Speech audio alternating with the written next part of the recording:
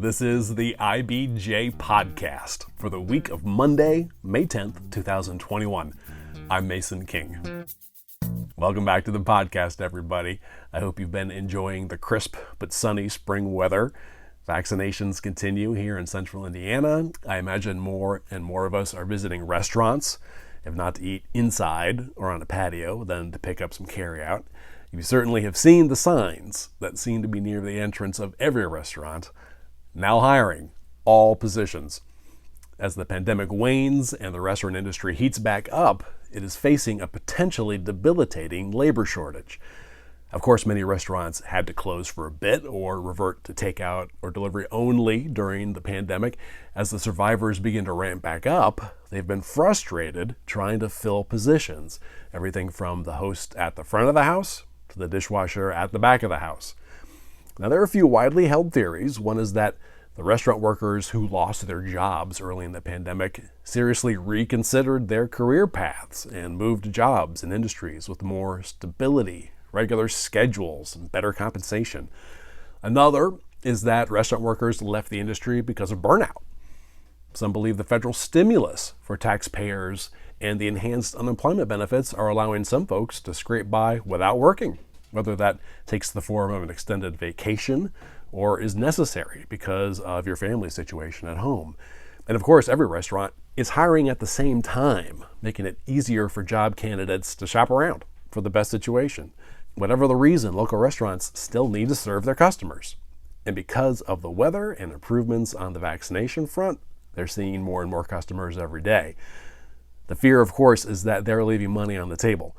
I wanted to get a sense from street level for the severity of the problem and what restaurants are doing to find potential workers and entice them with job offers. So we have two interviews this week. The first is with David Bauer, president of Upland Brewing Company, which has 6 brew pubs in central and southern Indiana. The second is with Danny Scotten, co-owner of Loughmiller's Pub and Eatery here in downtown Indianapolis on East Washington Street, which has really stretched itself to find applicants. So first up, here's David Bauer. I'm pleased to welcome to the podcast David Bauer, president of Upland Brewing Company. Thank you so much for taking the time today. Thanks for having me. Excited to be here. So folks who've been around these parts for a while know that Upland is a brew beering company, right? I think you're the third largest in the state. Is that still correct? That is correct. But it also started with a brew pub in Bloomington, and it now also has brew pubs in Columbus, Jeffersonville, Carmel, and 2 in Indianapolis, one at 49th and College and the other in Fountain Square, which is where you are right now. That's right.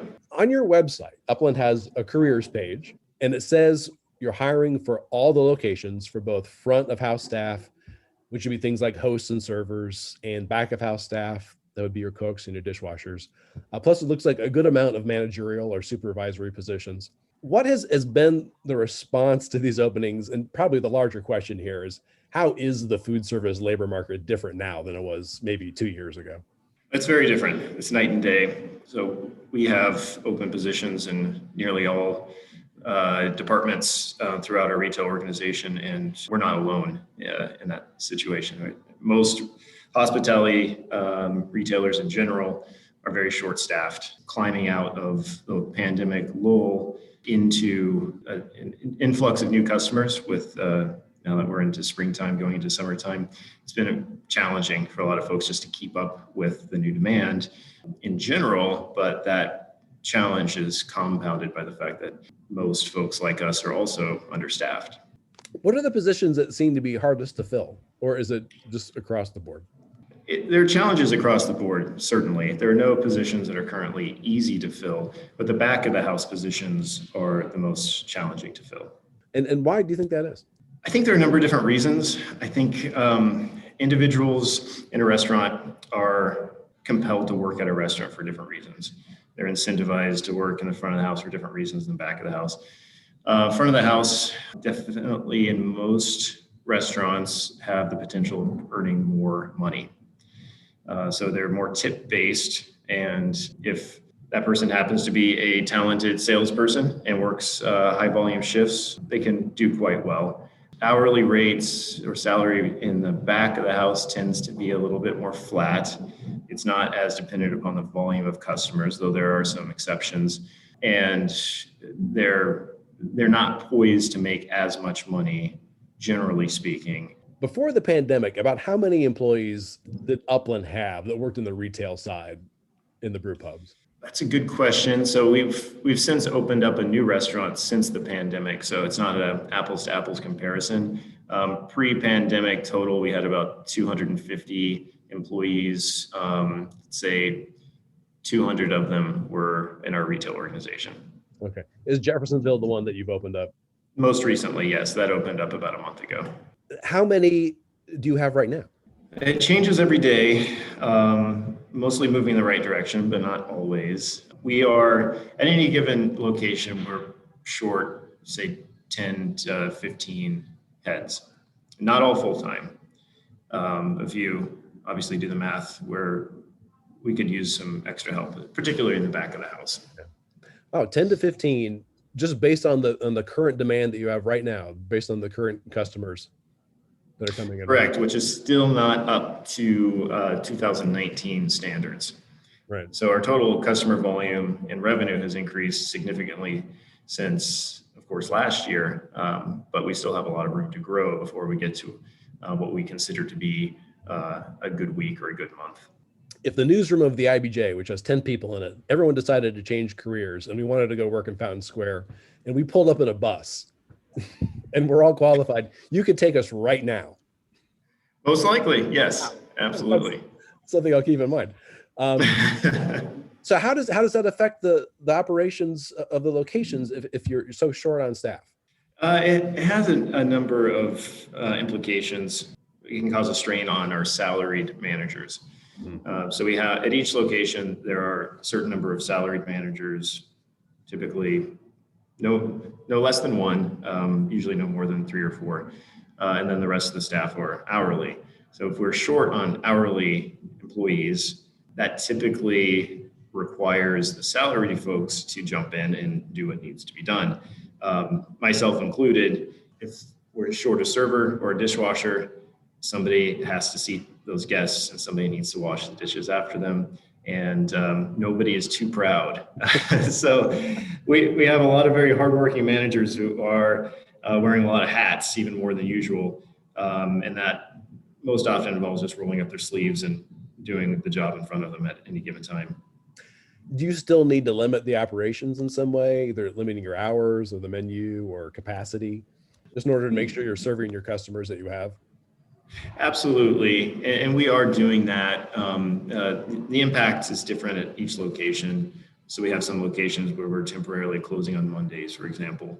And some of that is due to not having enough staff to cover those shifts, but also to provide some relief for those managers who are clocking in lots and lots of hours. We want to make sure we're taking care of our people, providing a healthy work environment for them and not overworking them. And then in other locations, our COVID restrictions are more stringent than is required by a state or county, just due to our own preferences for what we consider to be responsible restaurant operations. But it also allows us to control the number of seats that we're serving at any given time. So we want to protect, first and foremost, the customer experience. We don't want the customer to have to worry about our staffing problems when they're dining at our locations and drinking our beer. We want it to feel comfortable and natural. We don't want, even if we're stressed, we don't want them to know that we're stressed. So to safeguard against that, sometimes we can limit the number of tables so they don't see us running around like crazy people trying to do a little bit more than we can manage. So do you feel like you're leaving some money on the table, that if you had more staff, you could certainly bring in more money? Without a doubt. To what extent, it's difficult to quantify that. But there are certainly some specific examples, Jeffersonville being a good one, where we could serve more customers. We could turn tables faster if we had more staff. And I'd assume also in Jeffersonville, you probably don't have a staff that is already kind of schooled in the ways of Upland.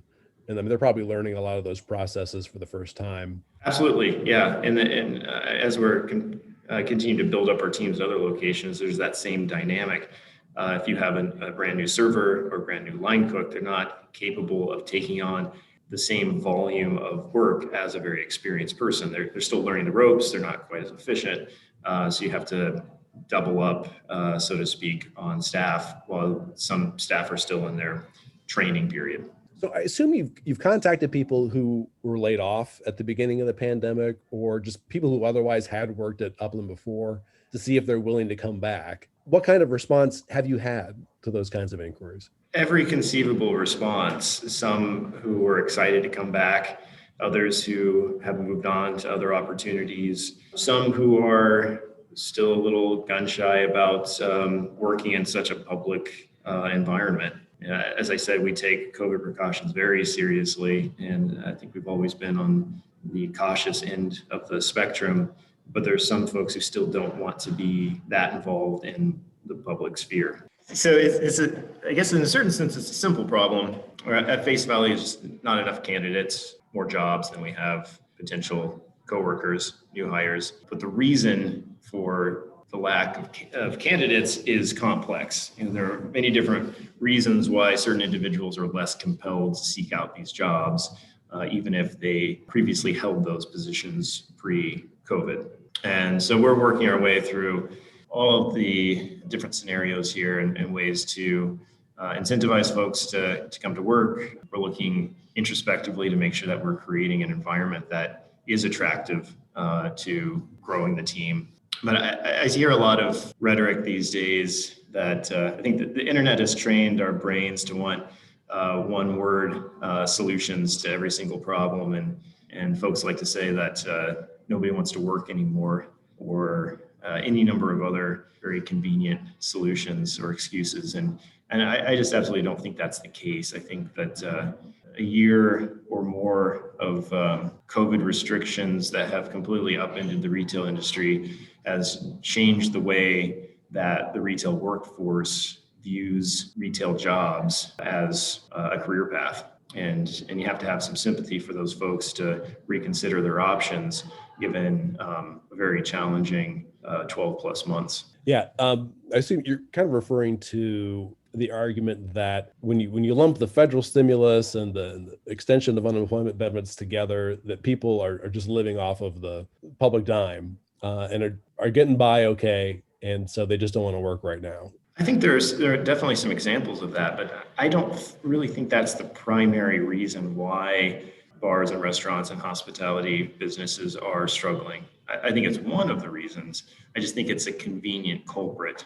I think that there are a lot of ways in which bars and restaurants and breweries and hospitality businesses can be a better employer, who can create better opportunities for training, upward mobility, who can create a more compelling work environment to attract more individuals to reemerge into the workforce. But you have to think that the experience for a lot of these folks over the past year or so has been challenging, to say the least, and moderately traumatic, and on the other end of the spectrum. But I think the baseline for everybody involved is just a sense of, or a lack of security, a lack of consistency. And if given the option to either pursue a sure shot role elsewhere, or to take some government stimulus money and buy their time to figure out what their next steps, I think that's understandable. What Upland wants to do is to position itself so that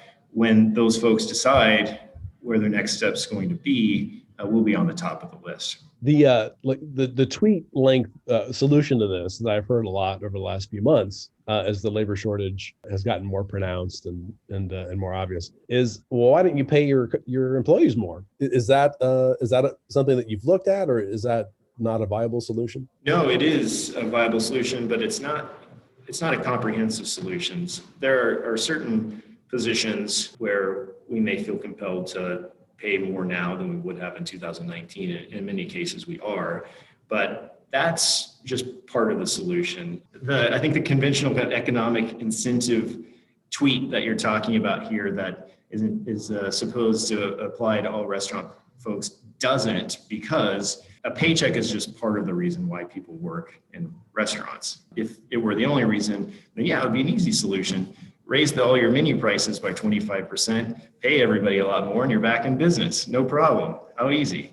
But that's just not really the full situation. You said you have increased compensation in some situations? We have, yes.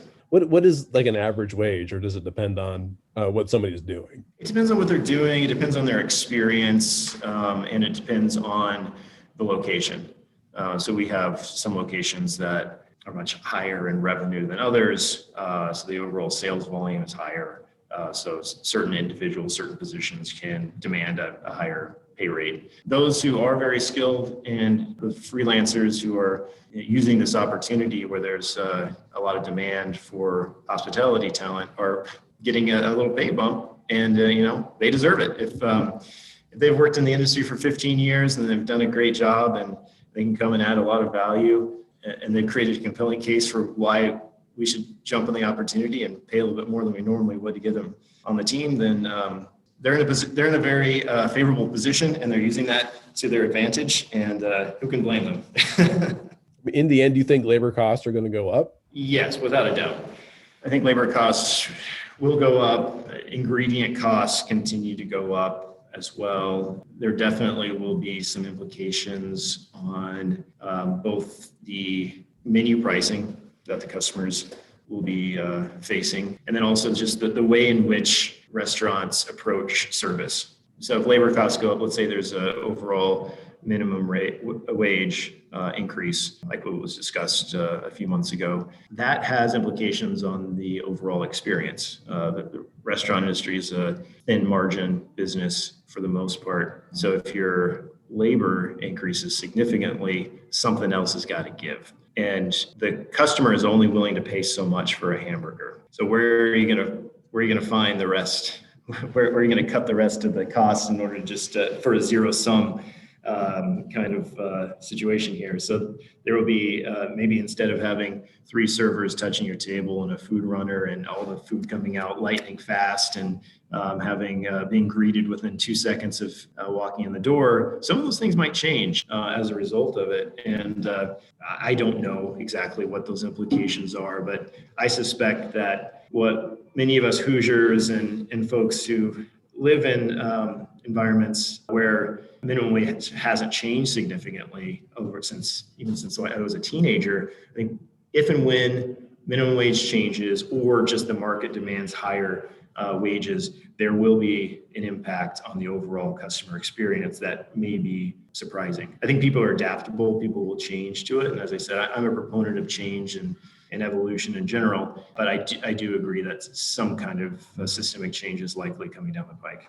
That's interesting. It wouldn't necessarily manifest as higher menu prices because, I mean, you want to be careful about pricing out your regular customers. Exactly. That's not the complete solution. So if overall labor costs in a location skyrockets, you can't completely bridge that gap with just increasing the pricing of your beer and food, because at a certain point, it's just no longer considered to be a good value.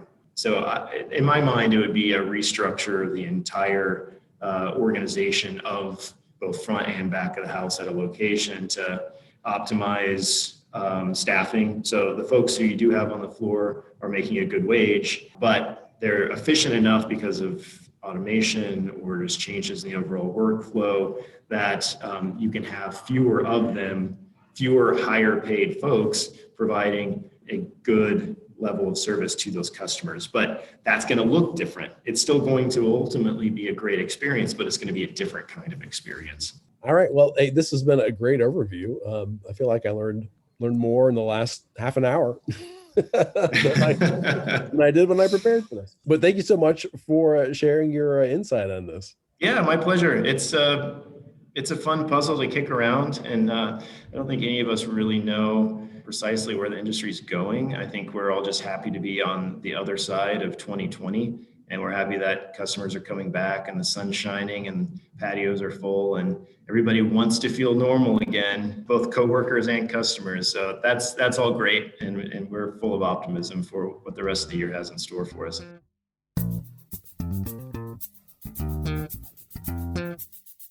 Let's move on to my interview with Danny Scotten, co-owner of Loughmiller's Pub and Eatery in downtown Indianapolis. I'm very pleased to welcome to the podcast Danny Scotten. He's the co-owner of Loughmiller's Pub and Eatery. Thanks for making time for us today. Hey, no problem. Thanks for having me. Let me ask you first, how many workers did Loughmiller's have before the pandemic? We had 30 employees. About 20 of them were full-time, Okay. including management. And how many do you have right now? I think now we are up to 10, which we started and have been running for pretty much the last year on a staff of about 8. So right now, is 10 enough right now, or do you need to operate under some limitations just to make things work? It would be nice to have some more people. The problem is the business needs to grow as we bring people in. I'd rather keep 3 or 4 people fed with food on their tables than, have 8 people struggle. So unfortunately, those 4, they got to work a lot, and there's no time for days off or sick days or anything like that. But yeah, we definitely like to bring in more people and take some of the burden off the ones that we have. Currently, we'll bring in another 2 or 3 people in the back of the house within the next month. June looks like it's going to be busy.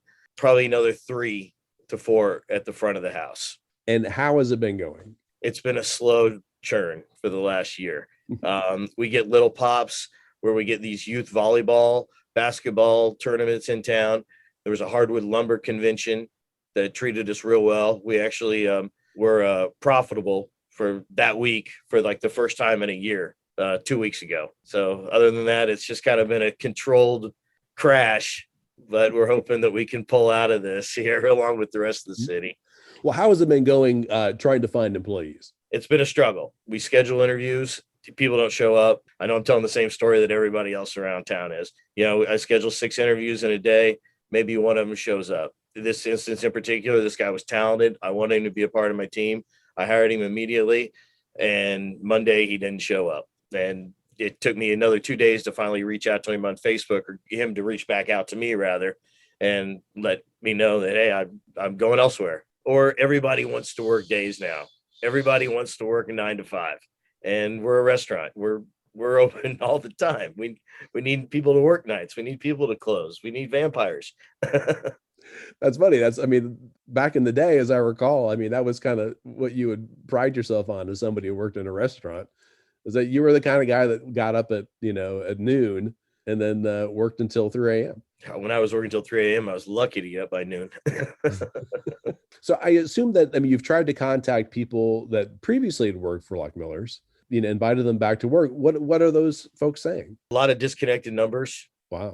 Yeah, we reached out to everybody who was employed here and left messages, or this number is no longer in service. We did bring back, the 8 that we started with were all, besides myself, we're all employees here prior to the pandemic. So they were really good to get those ones were really good to get back to work. But otherwise, you just couldn't get a hold of them, or did you get a hold of anybody who just had a different story to tell? And, like I said, not being here before, I didn't know everybody's situation. I think one guy in particular, he got a job at a warehouse.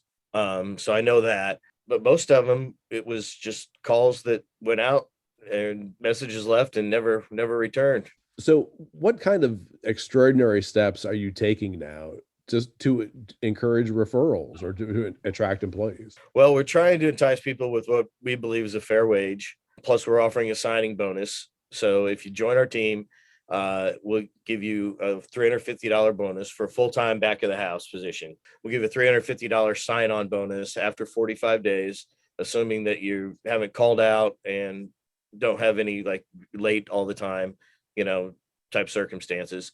And then at that point in time, we'll evaluate things, but you're going to get a raise too. Because if you stuck around for 45 days, you want to be a part of our team, and we like you enough to compensate them for that. We've also reached out to a lot of community centers. My sister sends her kids to an immersion school. There's a lot of Hispanic community within that. They've got a spectrum from very well off to not so well off people. So we reached out to some of the social workers, seeing if, hey, do you know people in these communities that are looking for jobs? It doesn't have to be Anthony Bourdain. It can be a single mom, who's trying to feed her family. We've printed off now hiring signs in all Spanish, and literally gone around to all the Hispanic grocery stores around us and put those up they've got the little boards outside and put those up. I put a couple up on bus stops I don't know if that's legal or not. We've been to the public libraries and, put up signs there. Any kind of like community center that is, helping people. I've been to a couple of those and reached out to those people. So, I mean, immigration centers, we've reached out. So, I mean, it's just a lot of dead ends. So when you say you think you're paying a competitive wage, what are you paying? We're starting at $13 an hour. I think that some of the other businesses around town that haven't suffered as much, not that everybody hasn't, but they still have pretty deep pockets, and maybe multiple restaurants and concepts around town. I think they've got a little bit deeper pockets to compete against.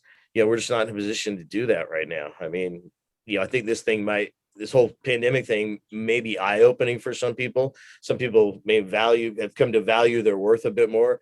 If these people have worked in a restaurant for 4 or 5 years and that restaurant unfortunately closed down during the pandemic, well, they were making $16, $17, $18 an hour, and going back to 13 is just too big of a punch in the gut for them.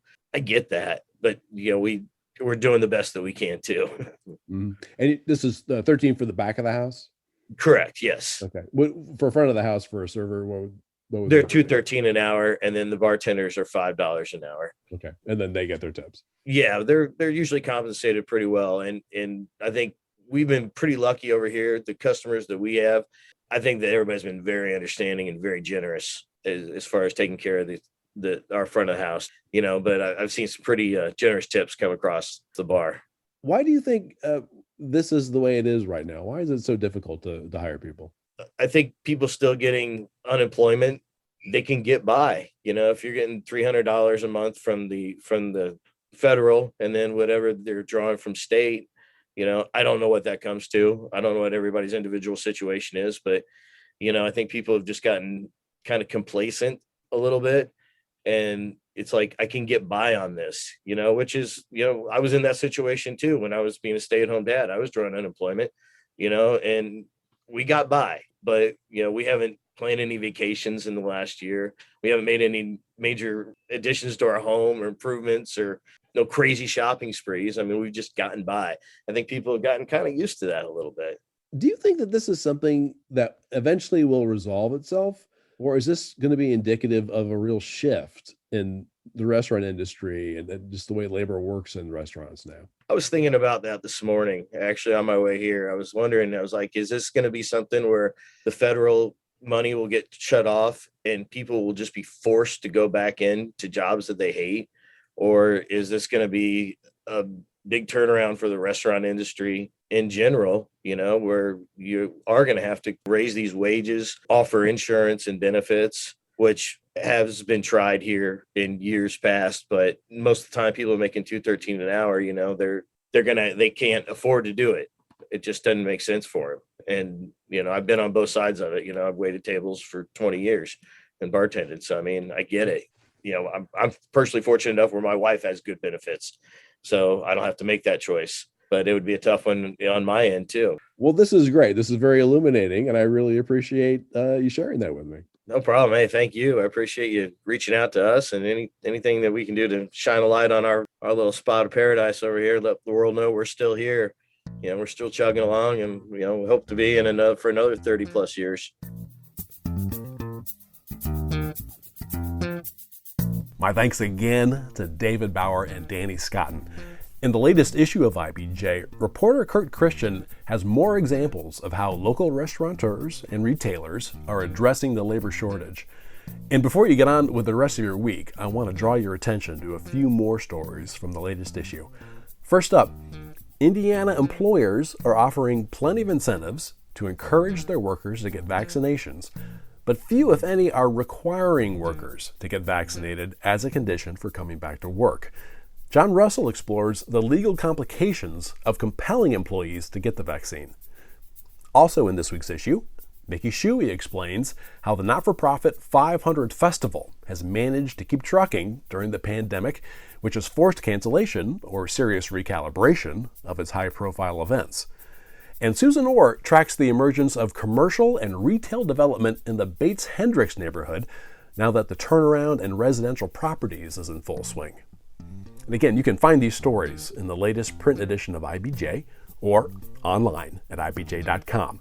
I will say it's quite a bit easier to access all of the latest local news about business and politics, and all of IBJ's data on Central Indiana's business, community, and economy if you're a subscriber. It works out to about $2 per week for actionable information you're not going to find anywhere else.